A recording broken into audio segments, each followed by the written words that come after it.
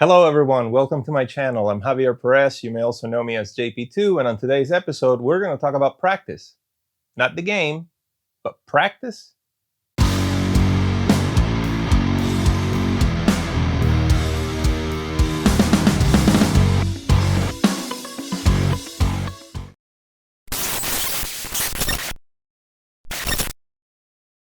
First of all, thank you so much for being here. If you're here, it means you're supporting me and you support my channel, and I really appreciate that. But please don't forget to hit that like and subscribe button. There are many levels and moving parts when it comes to the environment and what makes a band. One of those relates to practice. You see, there's a big difference between practice and a jam session. If you're just getting together with a group of friends and you're just doing a jam session, all you really need to do is show up, check some levels, and go.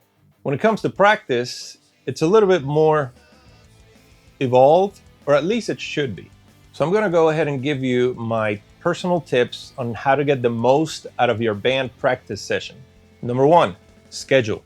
Make sure that everybody's on the same page in regards to when you're rehearsing, where are you rehearsing, at what time you're rehearsing, date, time, location. Very, very important. We all live busy lives, and the last thing we need is constant texting back and forth trying to figure out, hey, is rehearsal tonight, is rehearsal tomorrow, or something like that. Take advantage of technology, put all of that on a calendar, set it up so everybody signs up to the calendar and everybody knows that band practice is at this time, on this day, at this place. Number two, plan ahead.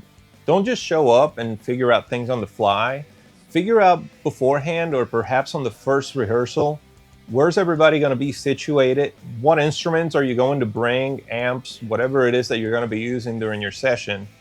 And make sure that you set it up in a way that you can always go back to it. I always talk about familiarity and templates and structure, and when it comes to band practice, it should be no different.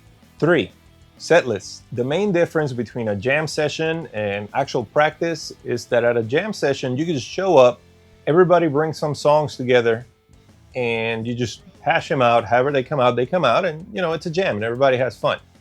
It's different when it comes to band practice. If your goal is to perform these songs live or to record them, you have to have a point A to point B that's going to help you with that. And the main ingredient to that is your set list. I'm currently using an app called Band Helper. It has been fantastic. It has helped me setting up lyrics and chord progressions for the songs that I'm going to be performing. And most important, the app allows for multiple users so that everybody can be on the same page as far as not just the overall song list, but the specific playlist that you're going to have. 4, levels. If you're not able to hear everybody when you're practicing, you're not going to be able to notice if you're doing what you're supposed to be doing in terms of where your instrument fits in the song. And you're not going to be able to see if somebody else is doing something incorrectly so that you can guide them and help them. One thing that we established from the beginning is that since we're going to be using in-ear monitors on stage, we're actually practicing with the in-ear monitor setup. So the mix that we have right now in our headsets is the same mix that we're going to get on stage when we're doing our shows. When it comes to a live setting, the front of house, it's either going to be controlled by somebody else, or it's going to be a matter of you're playing your instruments and you stand in front of the speakers a little bit further back in the room, and then you can figure out pretty quick what needs to go up and down. And every time it's going to change because of the venue itself. But when it comes to your in-ear monitors, that barely ever changes. So you want to get that ready right away. And I can't think of a better way of doing that than by practicing with it. 5, punctuality. As I said before, we are all busy. We all have things to do.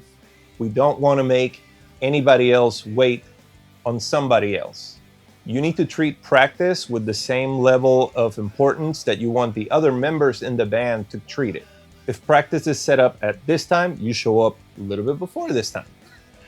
If you're going to be running late, go ahead and, call, text, make sure that everybody knows that this is just something out of the ordinary, out of your hands or something, and that you're going to be there. And the other end of punctuality is know when practice is supposed to end. You're not going to get better because you play for longer. You're going to get better because you play better, because you practice better, because you're doing everything better. And while time does become important in the sense of how long you can play better for, fatigue does set in. And you want to know when it's time to stop and catch up another day. And last, have fun. It doesn't matter how much money you're going to get paid for gigs. You guys are getting paid? It doesn't matter what songs you're writing, what songs you're putting together. It doesn't matter how many notes you can play, how fast you can play, how incredible your bandmates are. If when you're in that room, you're not having fun, none of that matters. Like, you're not going to go anywhere. It is very difficult to be involved and to be good at something that you're not getting any enjoyment out of. So of course, approach practice with the level of seriousness that it's supposed to have, but at the end of the day, have fun. And there you have it. Those are my tips for getting the most out of band practice. Let me know what you think in the comments. If you like these tips, if you think some of them you can relate to, if you already use them, or if you have any other tips that you want to share with me and with the rest of the people in the comments, by all means, do it. Thank you so much for watching. If you like this video and you want to see more videos like this one, then don't forget to hit that like and subscribe button. And until next time.